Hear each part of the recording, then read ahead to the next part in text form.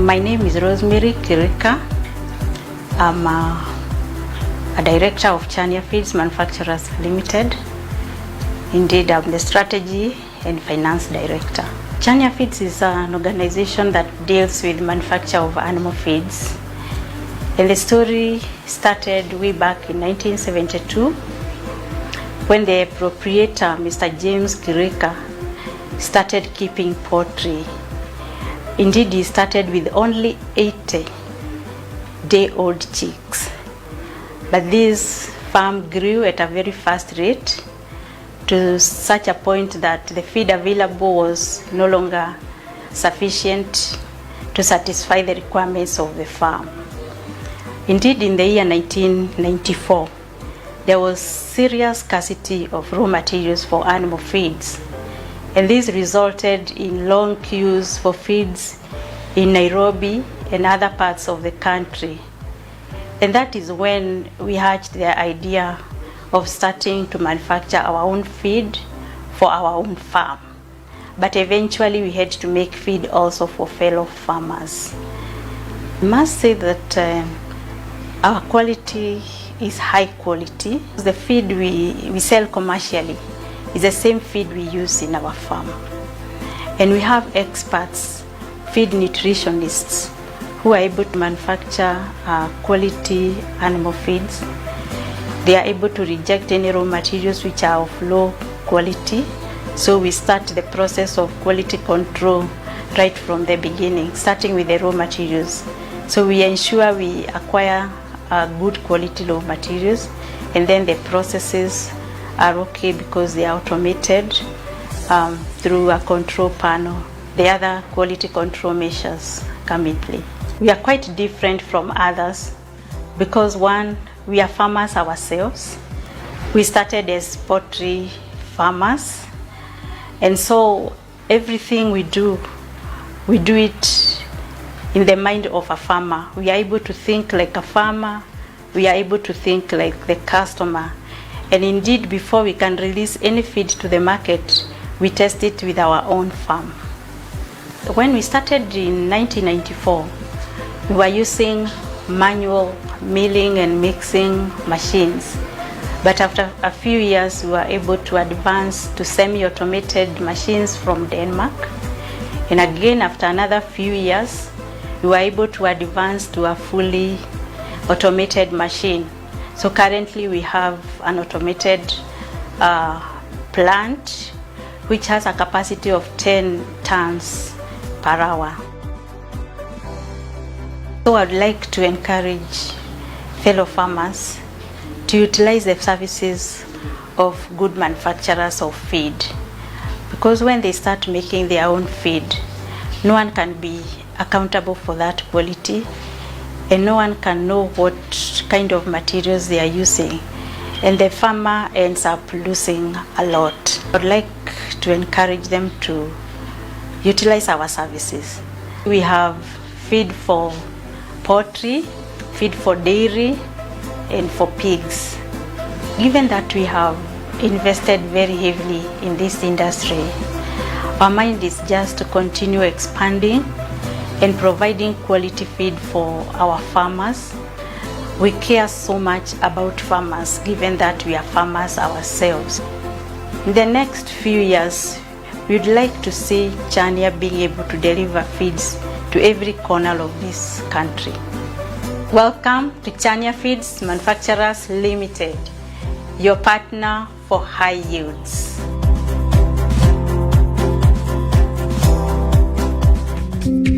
No matter how hard you pinch, your milk volume will not increase.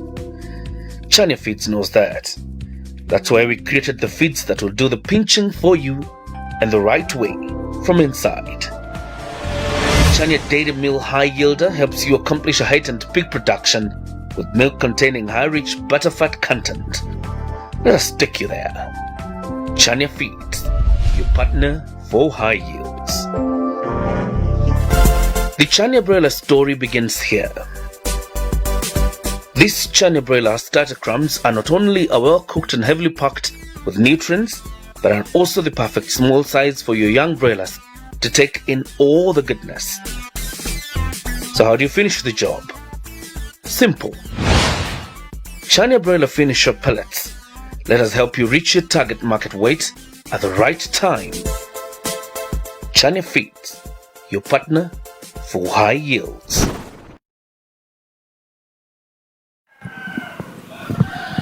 Good afternoon. Karibu sana kwenye program ya Vet on Call. Hapa tuko Bunja Poultry Farm. It is inside Ruai, Nairobi County. And of course today we're going to talk about ukulima ya kuku wa kienyeji. Not the usual chicken we've been talking about. Na hapa Bunja Farm, of course we will be meeting with the farmer who is called Ngatia. He will be telling us akona kuku ngapi hapa. But first of all, I'm with Laban from Lamovet, and of course we'll try gain entry into the building. And the first business here is to dip our feet here. It's called a foot bath. This is necessary for biosecurity. I'm sure you're done from that end. But very quickly, before we go upstairs, it's important to explain to us about biosecurity, why we have a fence here, why we have a foot bath here, very quickly. Basically, about biosecurity is for safety of the birds inside. For this particular farm, where we can notice that we have a perimeter fence, Okay. and then we have a fence, we have a foot dip. Not every Tom, Dick, and Harry is supposed to get entrance into the poultry coop. Not dogs or maybe strange animals. Even for your case, you must not evade getting your food into the food dip. Okay. So that's an example of a food dip of a biosecurity. You have your dust code. I have my lab code. With that, we are able to maximize on the effects of the biosecurity. We want to hear more about the need for this perimeter wall. The need for this perimeter wall is this is a fence. There's the perimeter wall and the fence. The perimeter wall is to curb maybe external visitors, maybe cows, dogs, neighbor dogs, to get into the poultry coop. And now, since there's also a perimeter fence that is separating the outside people, maybe visitors, from getting into the poultry coop. So for them might be vectors. Vectors are you might be from some farm ambayo kukaona kuku imekufa, umeleta ugonjwa hapa.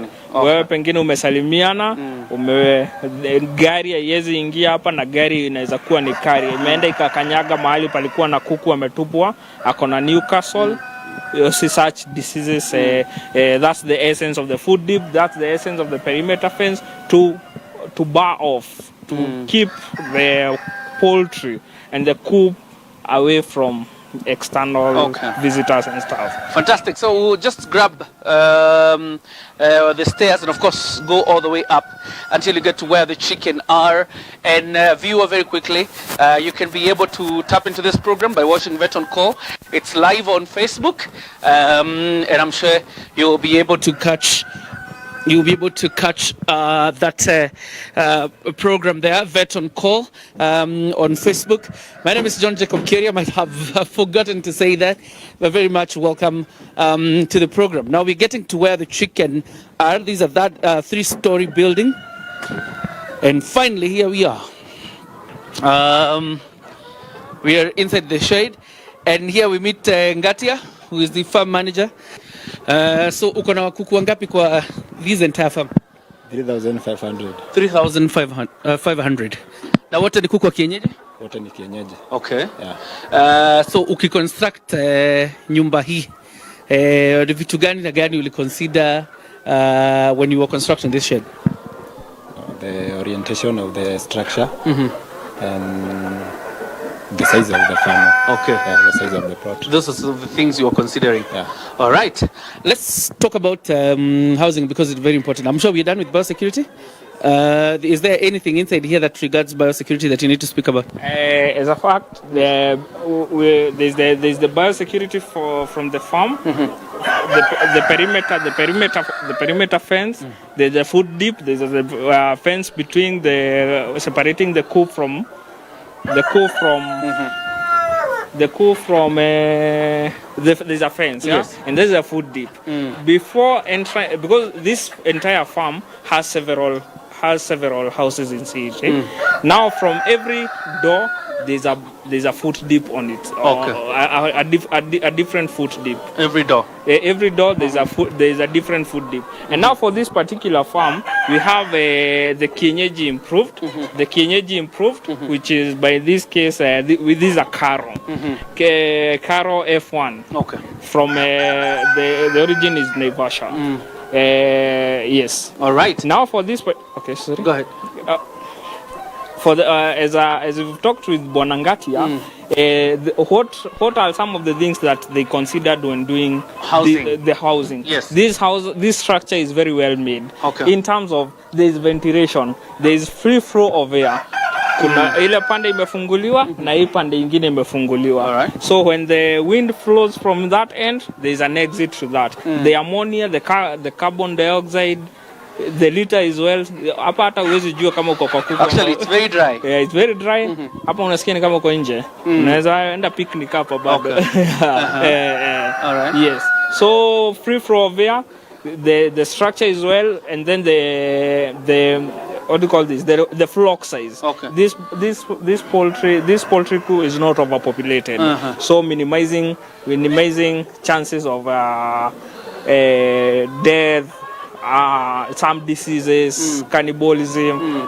That's the case. All right. Yes. Are there any fundamental differences? Because most of the time, what we have done is much more about kuku or broiler. Yeah. The other chicken that is different from this one.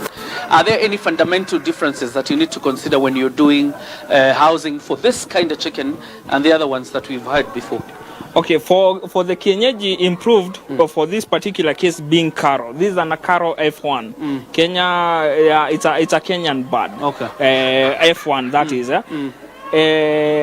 There are two forms of rearing it. There's the intensive system, which this is an intensive system, and semi-intensive system. Intensive system that they are constrained in one place. All right. The semi-intensive system, kuko na mahali pengine jioni wanatoka ama wanatoka kwa compound wanacheza alafu jioni wanaingia kwa nyumba. Yeah, those are the two systems that we have for the Kienyeji Improved and relatively the Kienyeji. All right. Yes. Okay. What are those on the end? There appears to be small houses. Yes. What are they for? For this particular case, these are the laying boxes. Okay. The laying boxes. Now, there are several ways. Before construction of the laying box, kuko na vitu unafaa kuconsider. Okay. Kama the direction of the light. Naona tungeweka ile side ingine. The sun rises from the east. Yes. So, and this kuku needs privacy on akitaga mayai. Oh, kutaga mayai is a private affair. It's a private affair. I didn't know. So akitaga mayai na mwangaza imemulika, amenyimwa the privacy. Oh, so akimulika anajua atataga. Ataogopa. It's more of some instinct thing, eh? It's Okay. So ndio maana sana unapatanga asubuhi wanataga the bigger percentage Bwanangatia will concur wanataga asubuhi. Okay. So ile pande ndio maana iko ile side the direction ni from ama ni against. This is against the light. Against the light. Ndio maana wanapanda pale na ndio the reason as to why we should make them a bit dark. Okay. Yeah, to maximize wao kutagia hapo. Juu kama tungeweka huko ungepata wakitagia pale na the laying boxes ziko on this end. Where the laying boxes on this end hawangekuwa wakitagia hii side. Wangekuwa wakitagia pande ile. Yes. I hear you talk about light and the laying ability. But I'm just here wondering what happens here at night? Do you have lights for them? And what amount of light is allowed for chicken this age? Now for that's a good question, JJ. A bird should have 14 to 17 light hour intensity. Okay. So for you to produce an egg. So unaona kwa this particular farm kuko na kuko na power backup. Okay. Yeah, maybe wakati they are in Kenya there are seasons. Like the July season kuna mwangaza wa inapungua. So we need to supplement the light to maybe hapo kitu saa 3 saa 4 hivi to maximize production. Okay. Kuku the light inakuja ina heat inatengeneza hormones ndizo zinakuwa the release hormone. That's more of a lakini ndio maana tunataka ku maximize on the light, the ventilation is well, the light intensity is well. Mwangaza, when the sun rises from the east, yes, the bird inapata enough light. When it sets in the west, you see the illumination is also there. And then we add a 2 to 3 hour. Okay, hiyo ni mpaka hapo saa 3 saa 4 hivi. Itahitaji steamer. Saa hapo una backup steamer. Okay. Wakati day length imepungua. Tuseme July mwangaza huwa inafungua, kuna 6ish, 7ish ndio kunaanza kupata mwangaza. So hapo tunahitaji kuongezea the day length. Okay. Yes. All right. Yes. This dry litter we sing down here. Typically, what is it? Unafaa kuitoa wapi? If you want to do this kind of farming. Okay. Now for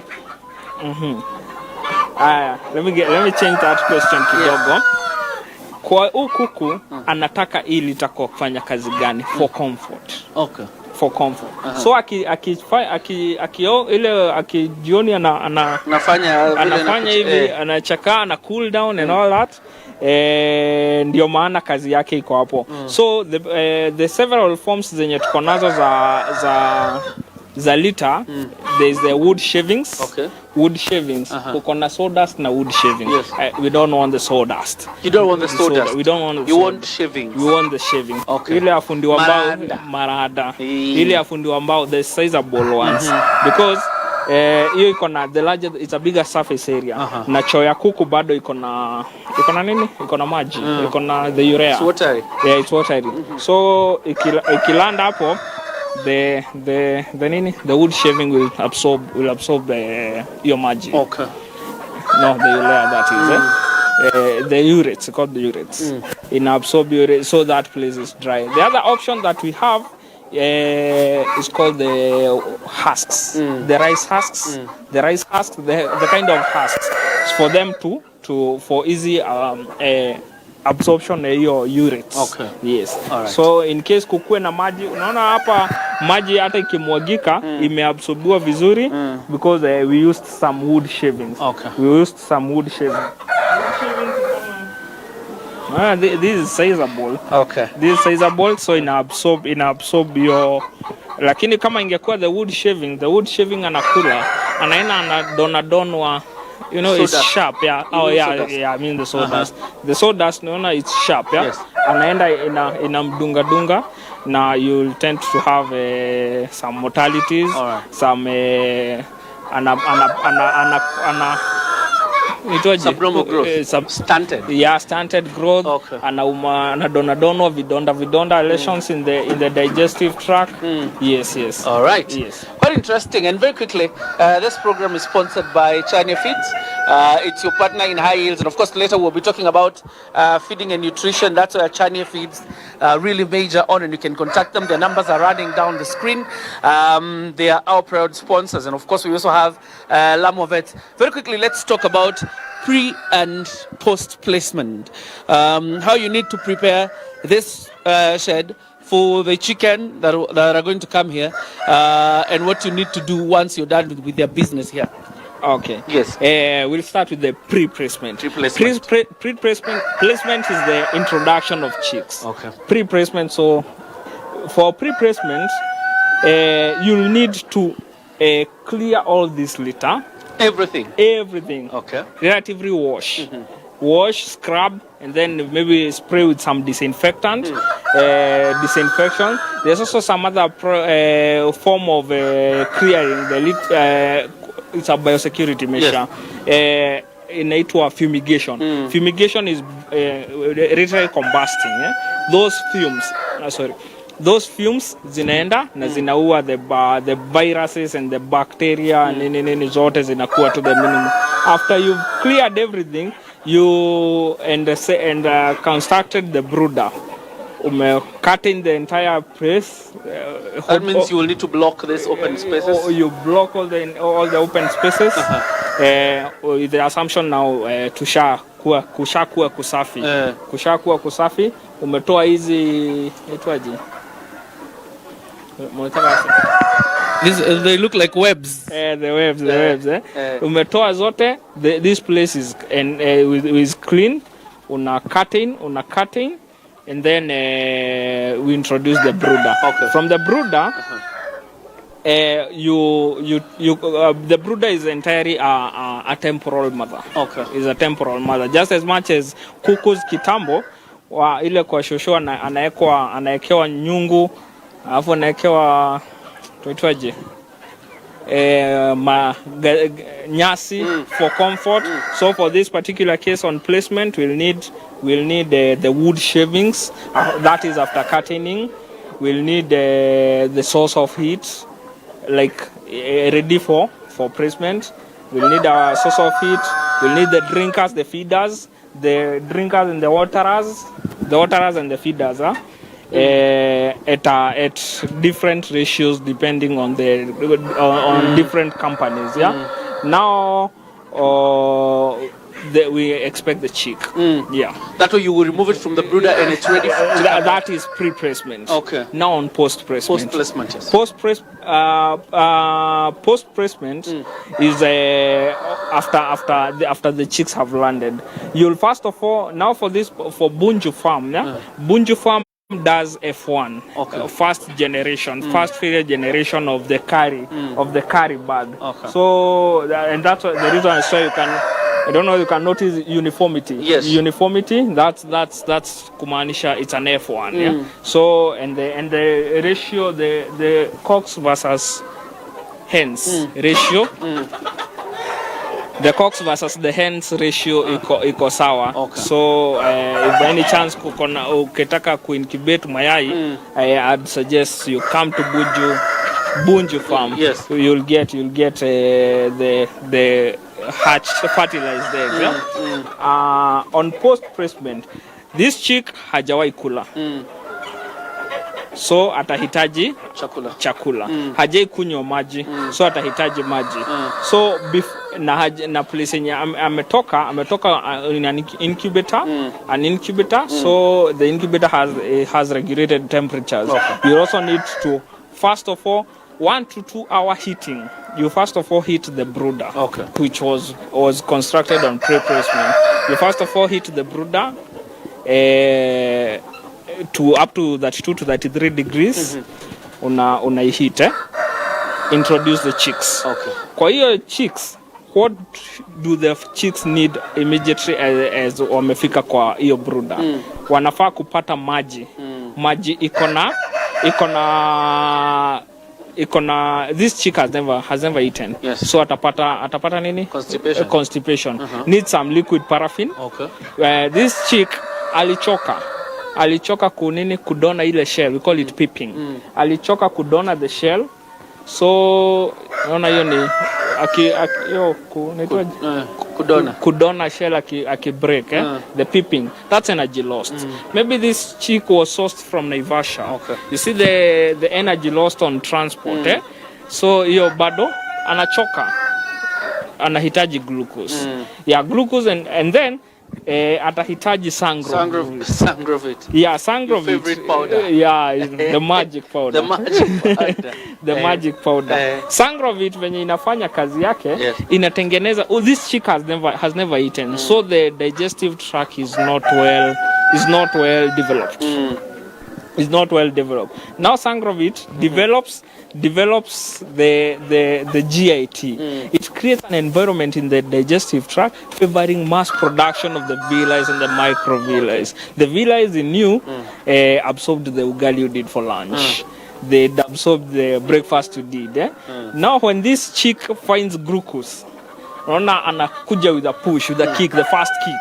The chakula yenye atapata 1 to 2 hour hiyo maji ikuwe na sangrovit, ikuwe na liquid paraffin na glucose for the first day. On the second day we'll withdraw glucose and liquid paraffin. Okay. And entirely for 10 days. Okay. Na huku kuku ataweza absorb as much feed as possible. All right. Yes. So that we don't end up confusing the farmer what are villi and microvilli. What they just aid is absorption. Yani inafanya huo chakula kinakulika haraka, ama mwili ya kuku inachukua hiyo chakula haraka. That is what is called absorption. So we need to take a breather. But of course, when we come back, we'll pick up on the issue of feeding. And of course, Lamo will tell us that there is still something more on post-placement that we need to know. But we'll be going deep into issues of feeding and nutrition. And most importantly, again, where do you get drinkers? What kind of drinkers do you need? And what type is available?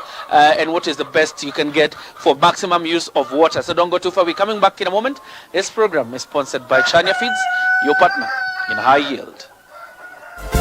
The Chania broiler story begins here. These Chania broiler starter crumbs are not only well cooked and heavily packed with nutrients, but are also the perfect small size for your young broilers to take in all the goodness. So how do you finish the job? Simple. Chania broiler finisher pellets. Let us help you reach your target market weight at the right time. Chania Feeds, your partner for high yields.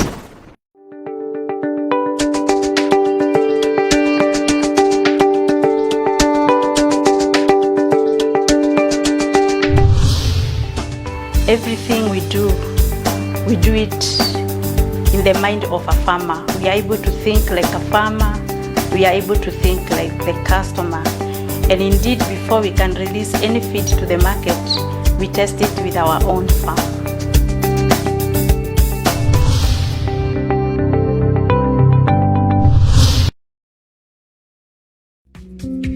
No matter how hard you pinch, your milk volume will not increase. Chania Feeds knows that. That's why we created the feeds that will do the pinching for you and the right way from inside. Chania Dairy Mill High Yielder helps you accomplish a heightened peak production with milk containing high-rich butterfat content. Let us take you there. Chania Feeds, your partner for high yields. Welcome back to Vet on Call. You're watching this program live on Facebook. And of course, like I've told you, our proud sponsors are Chania Feeds, your partner in high yields. Of course, before we took a break, tunaongea kuhusu post placement ya hawa kuku. And then once Lamo is done, we'll include Benson from Chania Feeds now to give us a feel of what feeding this chicken is like. So ni nini ulikuwa bakisha kwa post placement? Okay. Maybe what the farmer should notice. This bird should eat. Should not eat 1 to 2 hours. Okay. Yeah, on the before the chicks come into the brooder, wanafaa kukuta maji with the temperature, so should be heated like an hour to two, an hour or two before, and then unaeka chakula 1 to 2 hours kuko na kuku na maji peke yake. Okay. Then but still the feeders zimewekwa, the troughs zimewekwa. After 2 hours unaeka chakula. Okay. Maybe a handful per feeder. Then what is the dosage of sangrovit? Okay. A teaspoon is mixing 100 liters. Okay. That is 5 grams in 100 liters. You must make sure you've used warm water, because you've noticed the concentration. It's quite concentrated. You'll do a teaspoon, unaweka kijiko moja kwa maji warm, na koroga afu unaweka kwa 100 liters. 100 liters. From that 100 liters, you'll be scooping per drinker, unaweka 40 spoons za glucose. Okay.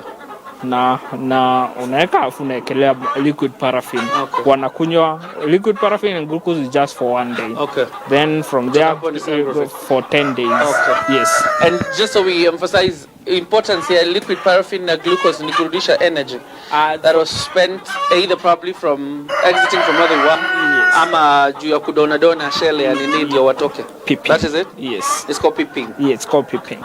Peeping. And now for the liquid paraffin, lubrication. This cuckoo has never eaten. This chick has never eaten. So basically when kuna ule mwenye liquid paraffin ni glycerin.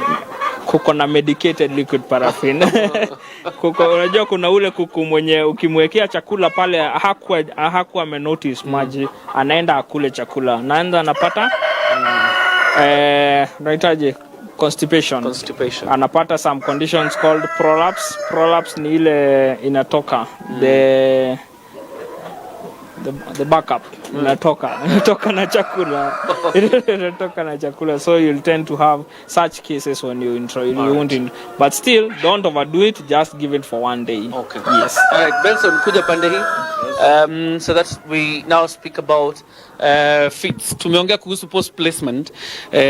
Tushawafikisha hawa kuku hapa wakiwa wadogo. So what we just need to do is now start feeding them. So what do we need to do kutoka kwa post placement? Now from okay, the chicks now have arrived in the brooding area, and just like my colleague here has said, the chicks should find the feeds and not the vice versa. Okay. Yeah, so make sure you have the feeds well, rather the feed is provided in the brooding chamber. Okay. And now remember we have now the small chicks. What do they need for feeding? Chania feeds, we have what we call the chick mash. Chick mash. Chick mash is a well formulated feed, purposely for feeding chicks from day old up to 8 weeks. That is 2 months. Okay. Yeah. So make sure you have enough feeders in the brooding chamber. Make sure you have enough drinkers in the brooding chamber, so that the chicks can easily access the feed. So from 1 to 2 months, Yes, you're taking chick mash. you're taking chick mash. And there's water in the drinkers. Yes, That's just it. that is just it. Is there anything else probably in terms of nutrition, disease control, although we'll talk about disease management later, Yeah. that you need to do, probably even vaccination within this 1 to 2 months? Within the 2 months, there is a vaccination program for the chicks. Okay. Within the 2 months. Yeah. Okay.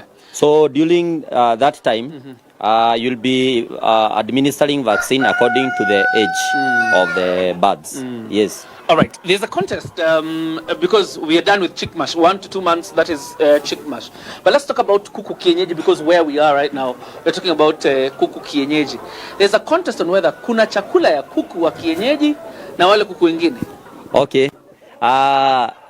Kuku wa kienyeji, there is no designed feed for feeding kuku wa kienyeji. Okay. In fact, ni vile tu tunawaita kuku wa kienyeji, but ni kuku. And the management of these birds should be addressed like the laying bird, the commercial layers. Okay. Actually, we manage Kienyeji chicken just like we manage the commercial layers. All right. Yeah. So there is no feed that is formulated that this is feed for Kienyeji. And then for the others. Yeah. It's now during formulation, feed is formulated depending on the nutritional requirement for the, in this case, for the birds. So you'll find that we still have feed that is formulated considering all the factors. There is that feed that is formulated purposely for feeding Kienyeji chicken. Okay. You nasikia sasa in the market kuna Kienyeji mash. So there's a feed that can be customized for kuku kienyeji. For kuku kienyeji, Okay. depending on the nutritional requirement. Since the nutritional requirement of Kienyeji chicken cannot be compared with the nutritional requirement for the commercial layers. So when we come now to the economics, the economics of doing this business, we need a feed that will take care of the costings. Okay. Yeah. So in that case, even in China we have what we call Kienyeji mash. Kienyeji mash. This is a premium Kienyeji that will sustain and support laying of Kienyeji, laying by Kienyeji chickens. Can we try and go back here a little bit so that you show us this Kienyeji mash? I hope this chicken don't get scared. Yeah, you can even see the cuckoos are. Oh, wameanza kudona. Wameanza kudona. Okay. Yeah. So we have a premium Kienyeji. Acha tu ni scoop from where wamenionyesha. Ndio hii. And as you can see, this feed practically the birds are laying. Even in this farm, they use Chania Kienyeji mash. Okay. It is well formulated to meet the requirement of these birds. Ni layers, ni chakula ya layers. Ni chakula but well ya layers. Formulated to suit out the needs ya kienyeji. Ya kienyeji. Okay. Yeah. I don't know. We move closer there so that the cameraman can be able to focus a little bit. Ukunjue hiyo mkono hivi ndio amulike hiyo chakula as you explain. So what is in this feed now? In this feed, as you can see, you can identify the broken maize. Okay. Kwa hivyo iko na mahindi. Mahindi is very rich in energy. Okay. Yeah. As you can look closely, you can also see some sunflower. Yes. So it is also rich in proteins. Okay. And there are other things which we cannot be able to identify in the feed. Okay. Yeah, we cannot identify because them by the crushed. seed because they are crushed. Others are milled. In this feed, there is also premix for layers. Okay. There is a premix that is put in this feed. So when we talk of the feeding of Kienyeji chicken, yes, we manage them like commercial layers, okay, such that they will take chicken mash for 8 weeks.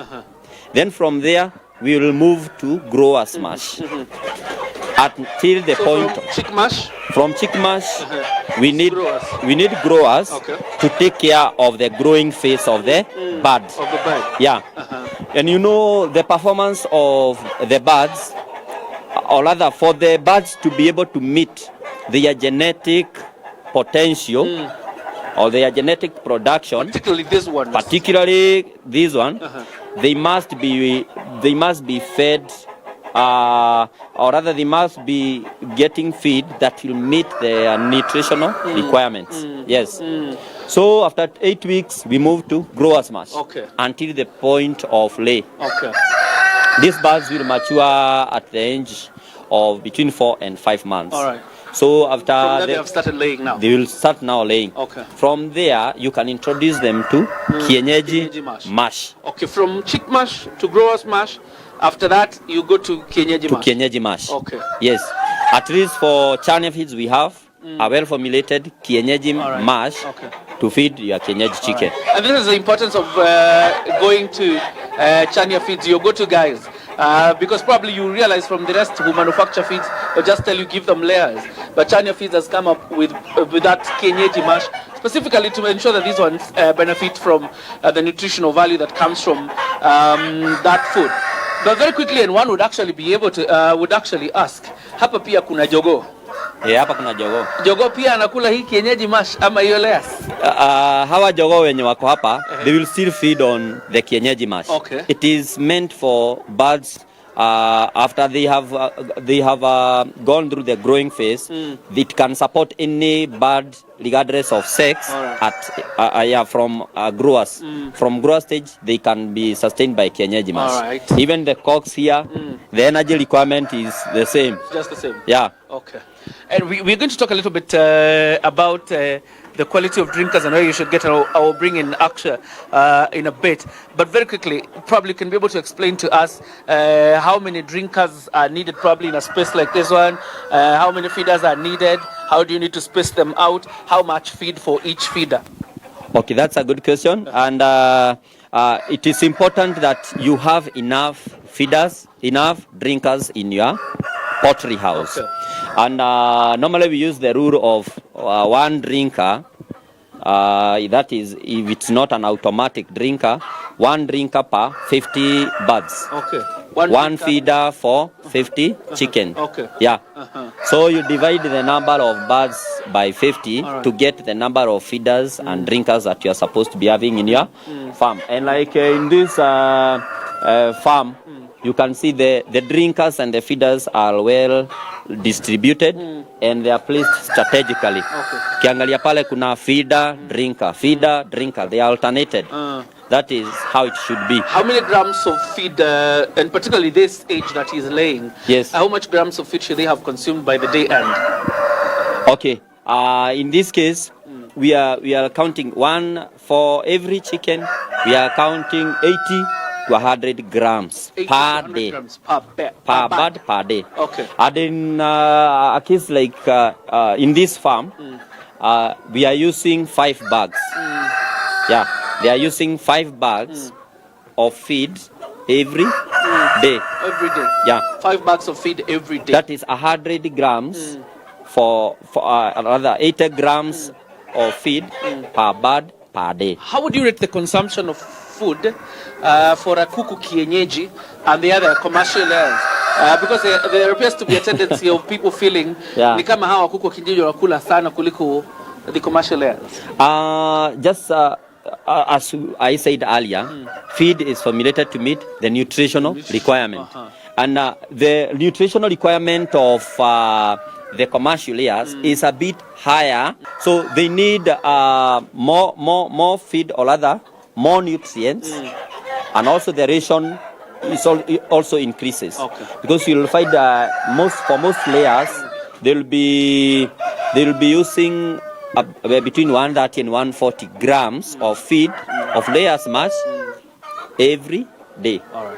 But for this case, we are talking of 80 and 100 grams per day. Okay. Yeah. But also for Kienyeji chicken, it's also important in a farm like this, we have supplement feeding. I think you saw some greens somewhere. Unazileta tu unazihang so that the birds can also access the greens. That one. Is it allowed? Like you can just open this space out here so that they go to the farm, do their thing? I think it is not advisable because once bring those greens so that people see what we're talking about. Because once you remove them, you allow them to access the greens. They'll just damage them. Okay. But I think it is important you tell as the farmer has done. Okay. Now you can suspend them to a level whereby as the birds eat the greens, they are also exercising. All right. So nutrition is helping them, and also it is keeping their physical fitness by doing the exercise. Yeah. Also, it is also limiting the time of being idle. Because when the birds are idle, they also call in some abnormal behaviors like pecking. Yeah. All right. Let's bring in Aksha Wafula, who is an expert in terms of drinkers and feeders. Very quickly, just come here.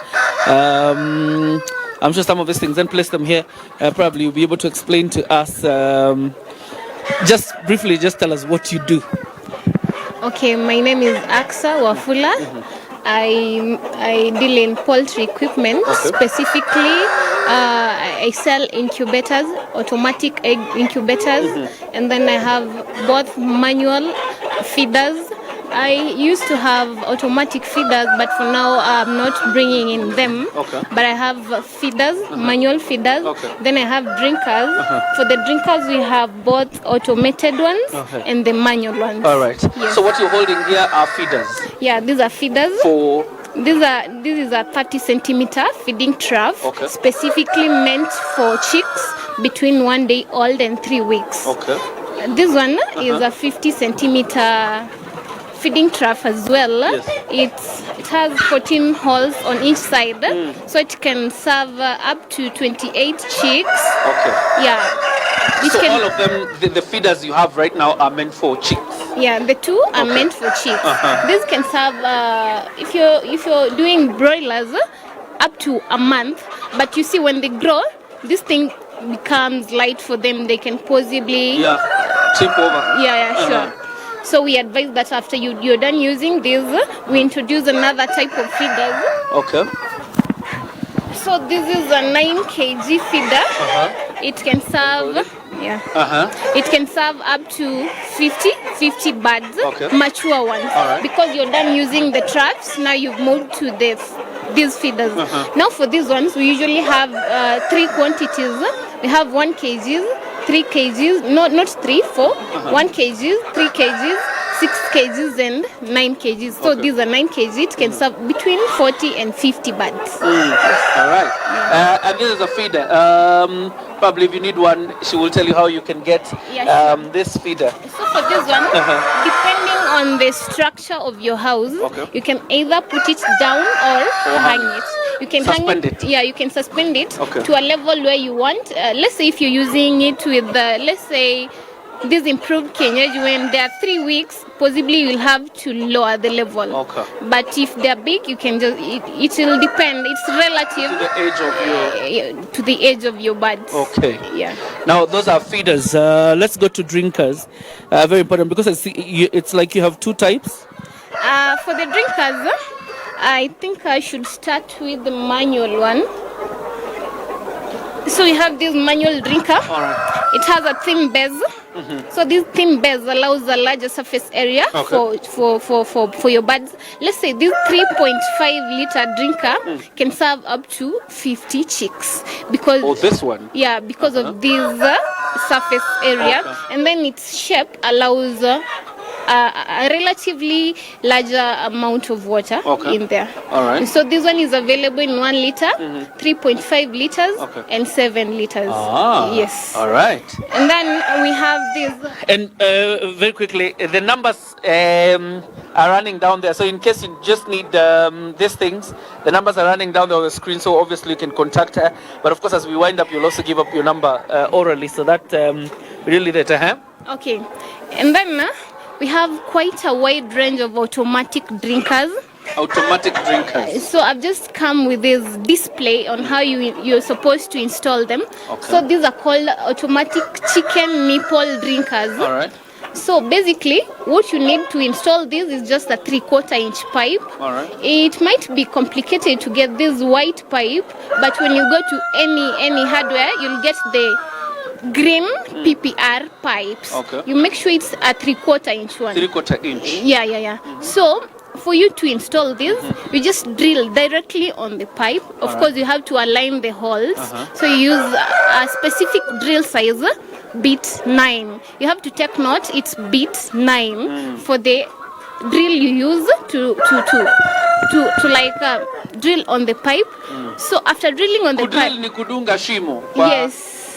Kwa mfereji. Yeah. Amesema kwa hii pipe, upana wake ni 3/4 inch. Hiyo ni size ya pipe. Hiyo ni size ya pipe. Alafu ile bit unafaa utumie ukidrill pipe ni bit 9. Bit 9. Yes. Okay. So ukisha drill pipe, what you need to do, you just fit in the drinker, una fit. Ukifit, it has a washer, na huku chini it has a washer, so as long as umetumia bit 9, it can never leak. I use the leak It magic. can't leak. Okay. So you clip on the top after fitting it in on the pipe. So what happens? He type huko anashinda akidona pecking, the birds will keep pecking here and then they'll take the water. Itakunywa maji. When they peck here, the water will be dripping. Yeah, sure. Okay. So in case kuna spillage yote, that's the essence of this extension, this cup-like thing. It will hold that water, so it will either drink from here, ama kwa hii maji kwa hapa. And this also should be suspended. Okay, now this one depends on still on the size of your bird. Okay. It can be used with chicks. What you'll need to do, you just run the pipes at a lower level. Okay. You just run the pipes at a lower level. But they're suspended. No. They're not suspended. Let's say nyumba yako, you have these, how do you call these? Yes. Rails or rims, hizi mbao. Unaweza pitisha at a lower level, then you just unazi hang to. Na hang hizi pipes too. Okay. Yes. Okay. You just hang them, but you do not suspend these ones. There is a different type which I'll explain later. Okay. And then the same system has this. This is also a nipple drinker, but now it doesn't have a cup. Haina kikombe hii. Yeah, hii haina kikombe. It's just this way. The same theory. You see, other farmers will prefer this because they say it's haiweki uchafu. You see, others will find it quite a challenge to clean the cups frequently. Okay. So others will prefer ikunywe directly from this point. Alafu maji inamwagika chini. Imwagike chini tu. Okay. But maybe that's kama kuku wako ni free range na umepitisha hizo pipes nje. Okay. That's okay. But you see, if it keeps spilling water inside the house, it can possibly cause infections. Yeah. All right. And then we have another one. Huyu hatujamfikia bado. Oh, there's another one. We have another one here. This is also a nipple drinker. This one can be put on a pipe or a bucket. Still, you drill on the pipe with bit 9, then una fix here. Okay. So it's that way. It comes that way, but definitely you kifit, you see shape yake si kama hii, ukifit una fit on the side, si chini, on the side. So you just drill with bit 9, then you fit in. So what happens, this one has it has this yellow part acts as a valve ya kucontrol maji hapa. So each time kuku anaguza hapa, water comes out na inakunywa. So haiwezi ku overflow because it has a spring that's connected to this valve. Yes. Okay. Interesting. And then we have this one.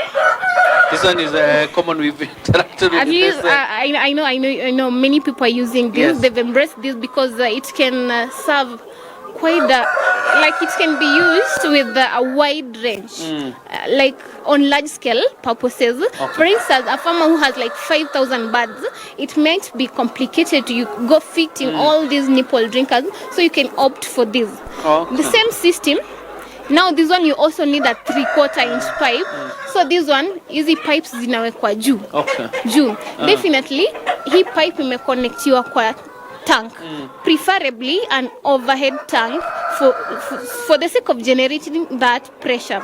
But you see, if a tank is too big, like let's say 5,000 liters, you can have one main tank and then you have smaller tanks like 100 liters distributed, let's say per each room, so that they distribute them to those pipes. All right. Yeah. Very quickly speak about this one because I understand we're supposed to take a breather. Okay, your bucket very quickly. So we've seen this. I said you can put it on a pipe or a bucket. So it's almost the same, but this one in a bucket. Now we had to improvise because you see, not all farmers are in a position of accessing the pipes. It's quite tedious. So what we do, you just get these common buckets, most preferably zile za rangi, the white ones. Zile you've used the paint. Now you just drill on the pipe. With the same bit 9, you drill on the pipe directly, unafiti drinker hapa, and then it has this back nut, unafunga na ndani ya ndoo. As long as you make sure umefunika hiyo ndoo, it will generate that pressure. Still kuku ataguza hapa on the yellow valve, water will come out. It's so simple. It's quite interesting.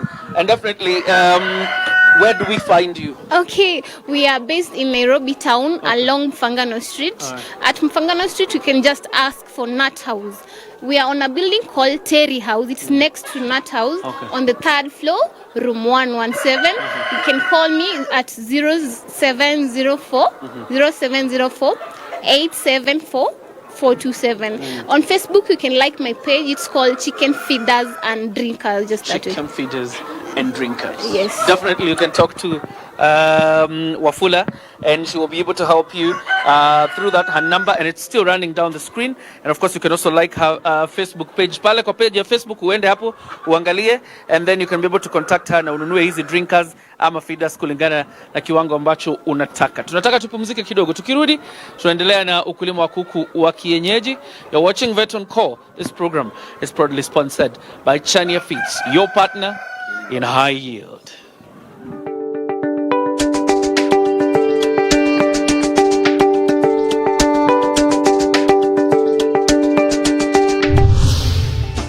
Everything we do it in the mind of a farmer. We are able to think like a farmer. We are able to think like the customer. And indeed, before we can release any feed to the market, we test it with our own farm.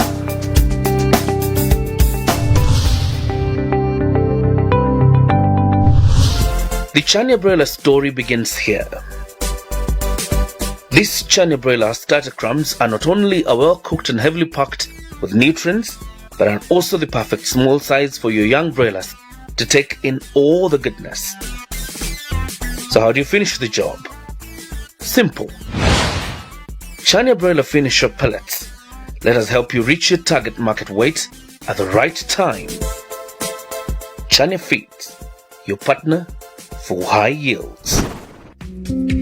No matter how hard you pinch, your milk volume will not increase. Chania Feeds knows that. That's why we created the feeds that will do the pinching for you and the right way from inside. Chania Dairy Meal High Yielder helps you accomplish a heightened pig production with milk containing high-rich butterfat content. Let us take you there. Chania Feeds, your partner for high yields. All right, we are back. You're watching Vet on Call, pale Facebook. Our sponsors are Chania Feeds, you partner in high yields, and of course you also have Lamo Vet. And how watu wote watakuwa wanapeana contacts zao as we wind up. But tunataka kuongea kuhusu something called culling. And culling na productivity zinapelekana hapa hivi. Tutaongea kuhusu management ya magonjwa ama disease management, and then finally we'll talk about record keeping. Tujue mayai ngapi, kuku wangapi, uzito wangapi.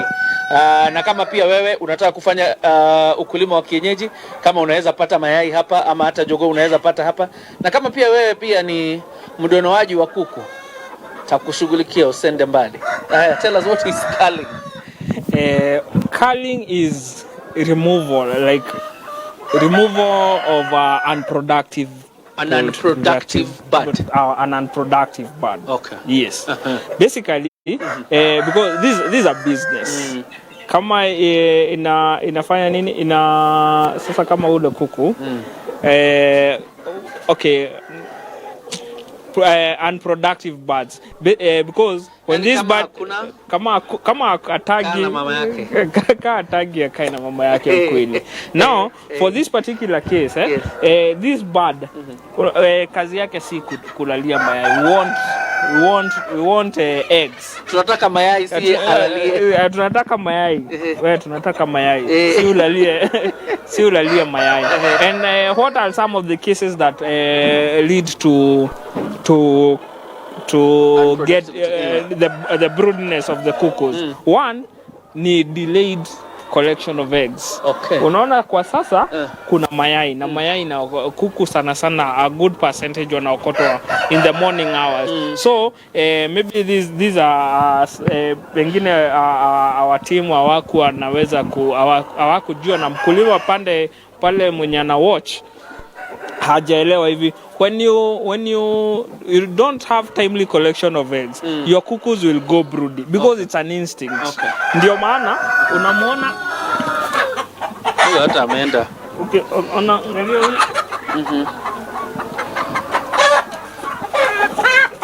Ona huyu. This bird is broody. Okay. This bird is broody. And how do we go about to minimize this broody effect? Timely collection of eggs. Unaweza mpatia alivatonic, sangrovit, ama unaweza ongezea chakula, unaweza ongezea chakula some protein, vitamin and some minerals, ambayo unajua our colleagues hapa Chania they do that. Then the other case yenye inaweza fanya wakue kukua broody ni kama to minimize the broody effect. You need to stress this bird. Okay. You can dip, unaweza mtumbukiza kwa maji kwa swimming pool kwa drum mara kama 3 hivi kwa siku. Awache ujinga. Wewe tunataka mayai. Unatumbukiza mara kama 3 hivi kwa siku. Or you can introduce, unaweza mpatia the morans. Okay. Morans jogo, like a pool of jogo. Okay. Now they are called morans. Unaweka hapo, anapata stress. Right. You can also deprive of this kuku feed for 3 to 4 days. Okay. Akuwe kitu yenye anapatana nayo ni maji peke yake. Those are some of the effects some of the ways we can curb brooding. Huyo kuku hatagi, unaona huyu hata ashawekelea mabao. Unamtoa kwa mayai na anarudi tu pale. Hebu mtoe huo, ukimtoa kuku tena ona huyu unamtoa na anarudi tu pale. And these are some of the poultry losses. Okay. These you're not in production. But you've told us there's hope you can return her to productivity. Exactly. When you follow the examples that I've given. Okay. For the purposes of time management, yes. Quickly speak about disease management hapa kwa shed. For the disease management for the particular farm, we can notice the biosecurity was the first case. The first case was the disease management by reducing the effects of by having the biosecurity on board. You can see there's a free flow of air. That's air quality. Air quality checked, water quality checked. The drinkers and the feeders are cleaned those are some of the ways that we can minimize diseases. Huku hata ukiwa hapa tumekaa hapa for like an hour, already of an hour na hatujaanza kusneeze because hiyo kuonyesha the air quality in this place is at its best. All right. Yes. That is how you manage diseases, by ensuring that housing is okay, aeration is fine. That way you're able to manage what you call diseases. Very quickly, kuja uwekele hiyo mayai hapa. Na Ngatia anaogopa kamera. Ngatia kuja kidogo. Unaokotaga mayai ngapi hapa kila siku? 81 trays. 81 trays per day. Yeah. Okay. Na niko hawa tu ama ni hata hao wengine wenye wako pande hii? The whole place unaokota 81 trays. Yeah. All right. There was something very important I think we forgot to mention, and it's fair that we do. Kuna jogoo wangapi hapa for the amount of hens here? How many jogos do you need? Okay, for the more the jogos, okay, basically, a poultry one jogo can serve 10 hens. But if we minimize that, we increase the fertility rates. Okay. But for this particular farm, we have 1 cock, 5 hens. 1 cock, 5 hens. 1 cock, 5 hens. All By right. that, we'll maximize the fertility of the eggs. So, in by any case, ukieka mayai kwa incubator, you have over 90% hatching rate. Okay. Yes, because they are well fertilized, not well fertilized. They are fertilized. Na mayai ziko hapa. We will be talking about these eggs, and if you need them, how you can get them. Ngati atakuwa anatuambia na anatupea namba just in case you need. But in the meantime, Ngati anitafutie jogoo kama wawili, wale ambao mnauza ama wale ambao naweza peana huko nje. So that we talk about record keeping because it's very important. Yes. Wakati unafanya ukulima kama huu. What is record keeping? What do you need to record? What do you need to keep? A farmer need to keep good records for his farm. Yes. One, you will be by keeping records. Yes. You'll be able to monitor profitability of the business you are engaged in. Number two, you'll be tracing areas of weakness and areas of strength. Number three, the reason of keeping records is that you'll be able to compare. This year, this is what I have done. Last year, I did this. You are able to compare. Okay. Number two, you are also able to know the production cost. Yeah. Because my colleague has talked about productivity. Yes. The main agenda of doing this business is to make money. Then how do we make money? We will make money by minimizing the production cost. The production cost. And one way of minimizing the production cost is by making sure you use the most economical feed. In this case, use the most economical feed that will not hinder the production. Okay. That's why we are talking of the Kienyeji mash. Because it's an economical feed that will give you more returns on the Kienyeji farming. All right. Yeah, so in this case, we need to keep the records for feed. We need to know how much feed are we using, and okay, how many kgs of feed are we using to get this number? He talked of 81 trays. What amount of feed gives us the 81 trays? Yeah, we need to do those. Financial records are very important. We need to keep health records. Okay. Because we will be able to trace. We did this vaccination. My flock had this problem. We are able to trace through health records. Okay. Yeah. You also need to do a production record. Like this one talks of 81 trays. Yes. It is important to keep records so that you are able to trace. Last week nilikuwa na these trays. This week nimetoa trays gap. You are able to monitor this daily so that utajua leo kuku amedrop. Nasikianga wakulima wakisema kuku wangu ameangusha mayai. So you need to know wameangusha mayai na trays gapi. Ama leo nimekosa mayai magapi. Ama nime increase mayai magapi. Okay. So those records are very important. All right. Yes. Gatia, 81 trays ni guarantee utapata 81 trays, ama kuna wakati zinaenda chini ama kuna wakati zinaenda juu? Kuna wakati zina fluctuate. Okay. But then tunapatia like vitamin hivi zina shoot tena. Imewahi pita 81 trays beyond 81 trays? Yeah. Oh, imewahi pita? Imewahi pita. All right. Umeshika jogoo hapo kwa sababu what we want to know is the weight ya hiyo jogoo. Hebu nimshike, sina sijui kama atanirarua. Ah, quite a heavy one. Shika. Kama usikie. Unamsikiaje? Ukinunua jogoo, ukinunua kuku, what are some of the things you check? That is in terms of unasikia the weight. Alafu tunataka kifua ya The Rock ama John Cena. Nasikia lazima uguse. Nasikia kuna kifua ya John Cena. Okay. Unaangalia how the color of the wattle. Yes. Yeah, unaona whether is this bird alert. Unamsikiza ama anakohoa. Utaua. Unamsikiza kama anakohoa. Unasikia yes, ni congestina. Okay. Sasa ameweza will deliver. Okay. Yes. These are good cock. Okay. Yes. Right. Yeah, now under Sangrovich ndio maana ako hivyo. Right. Yes. Mayai ya brooding, mtu akitaka kubrood ngatia, mnauza mayai, mtu anakuja kununua mayai hapa ya incubate rather. Yeah. So mnauza pia mayai ya incubate. Na kuku pia? Na kuku tunauza jogoo wa kubreed peke yake. Jogoo wa kubreed. Jogoo. Hakuna wa kukula? Na hata wa kukula. Ukitaka pia? Ukitaka kukula unakula. Okay, wako. So kuna wale mmeseparate, mmeweka kando, mtu akitaka wa kubreed anaweza kujia ama wa kukula? Wako kando au tumeweka kando. Wako kando. Yeah. All right, ningetaka upeane number because I know my time is also running out very quickly. Mtu ambaye anaweza taka mayai, na si mayai tu ati ya kuincubate, ukitaka pia ya kukula ama ya kwenda kwa hoteli, unaweza kujia pia. I know there are people who do large scale production of cakes and they need eggs.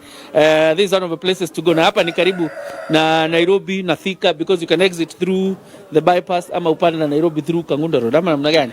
So you tell us utuambie namba ambayo mtu anaweza wafikia nayo haraka so that we namba ya kuwapigia mtu akitaka 0712 253 020 0712 253 020. Yeah. Utapata ngatia hapa Bunja Farm in Roy, and this is what they are doing. Purely Kienyeji chicken, inaitwa F1 in KARLO. You said KARLO. It's an F1 KARLO breed. Yes, for if by any case you'll need to incubate your eggs, which will be an F2. You've seen the ratio of cocks to hens. Na huyu ni mmoja wa mwenye alikuwa anapewa ako culled, ako ready for kuuzwa. Kama ni huyu ni wa kukal, out of the dawn. Yes. Yeah, the alpha male. Okay. We call the alpha male. Yeah, the alpha male. All right. Yeah, uni wa kukal. So and I'll give him 90%. Iko sawa? 90% ako sawa. 90% is 9 out of 10. 9 out of 10. Right. So kwa wenye tuko nao ninampatia 150%. Okay. Yeah. That's quite interesting. So if you need hawa jogoo for breeding, namba ni hiyo ya 0712 yenye tumepewa na Ngatia. And of course itakuwa hapo ikiran pia. Mayai nayo ni good quality like you can see. As you can see, there are other factors to check on the eggs. One is the quality of the shell. So you can see the shell is of good quality, and also the eggs are good size. Okay. You see, we say a good size, and as good size also corresponds with good weight. Yeah. Vile yai iko mzito ndio kifalaga mwenye atanguliwa hapa atakuwa very strong and energetic. All right. So and the eggs are also clean. So you are assured of good fertility. All right. Yeah. So kama unataka mayai ya kuangua, muuzaji yako hapa Bunja Farm hapa Ruai. Very quickly so that we wind up, na nataka tukipeana contact. As a matter of fact, because this is a question that I always ask you guys, yes. Why should I come to Chania Feeds? Chania Feeds, we are partners for high yields. As you can see, we work with professionals. We interact with people who have great minds, who have great intelligence on your farming, be it poultry, be it pig, be it cattle, dairy farming, and all that. So we are partners for high yields. Okay. We have a team of support workers outside there. We have vets in collaboration with Lamwa Vet, who is also working with us to make sure that farmers make more money, or rather, to improve on productivity kwa wakulima. Yes, we ensure that we give timely services, either on online kwa simu, and even we offer farm visits. Our services are not limited. We are out to give you all the support that you need. All right. And for this case, you farmers out there, don't take Kienyeji as just a Kienyeji thing. Kienyeji farming is a business like any other business. You can fetch a lot of money out of this business. All right. Yes. And of course, other than the physical location here, Chania Feeds, which is in Thika, they also have regional offices and their contact person in those different regions, and they deliver these feeds. Ukiitisha, wanakuletea, and they walk with you through the entire journey ya ukulima, so that you are safe and you are able to work with them to understand the nitty-gritties of this kind of farming. Very quickly, your number so that we wind up. You can reach us on the number 0716974029. All right. If you call, I will receive your calls and I will address your issues. Okay. Yeah. That is the number you can call. And also, as the program is going on, the numbers for Chania Feeds are still running there because of your partner in high yield. These are Lamwa Vets. Lamwa Vets now, they don't only deal with chicken. They deal with dogs. They deal with the cows. They deal with swine. They deal with birds, everything. And they are also your partners, just in case you need them. They have a physical location in Thika, along Garissa Road, and definitely Pale Shell Crevasse, in between. What is that building? MCO Plaza and we are sandwiched. Plaza and sandwiched there. Sandwiched between MCO Plaza and Shell petrol station. And you're a group of vets. We are a group of vets. There's a poultry vet, a poultry vet. That's me. There's a swine vet. There's a dairy vet. There's a pet vet. There's a nutritional vet, an animal science vet. We are a package. And I'm a microphone vet. You're a microphone vet. Yes. So your number very quickly. 0762 424242. That's our office number, and it's also running down the screen. 0762 424242. On all social platforms, we are Lamwa Vet Care. Partnering with Chania Feeds, We care just as we care animal health. Okay, tupe personal number yako sasa. 0724 616 883. Yes. Okay.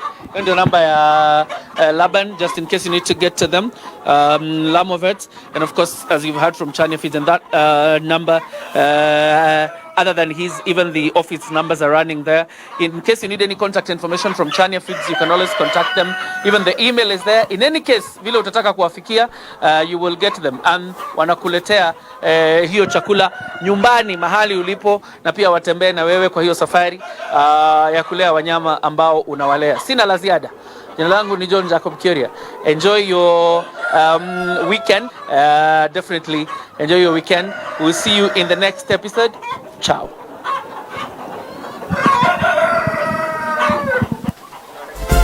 The Chania broiler story begins here.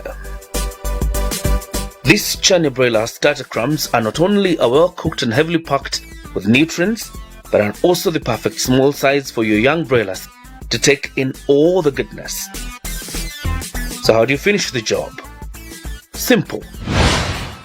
Chania broiler finisher pellets. Let us help you reach your target market weight at the right time. Chania Feeds, your partner for high yields.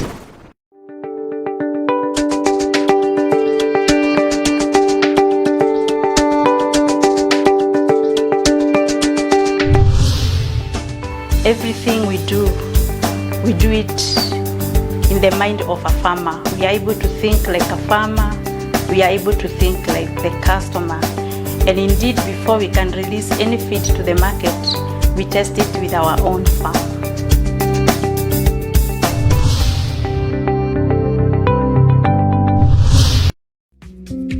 No matter how hard you pinch, your milk volume will not increase. Chania Feeds knows that. That's why we created the feeds that will do the pinching for you and the right way from inside. Chania Dairy Mill High Yielder helps you accomplish a heightened pig production with milk containing high-rich butterfat content. Let us take you there. Chania Feeds, your partner for high yields.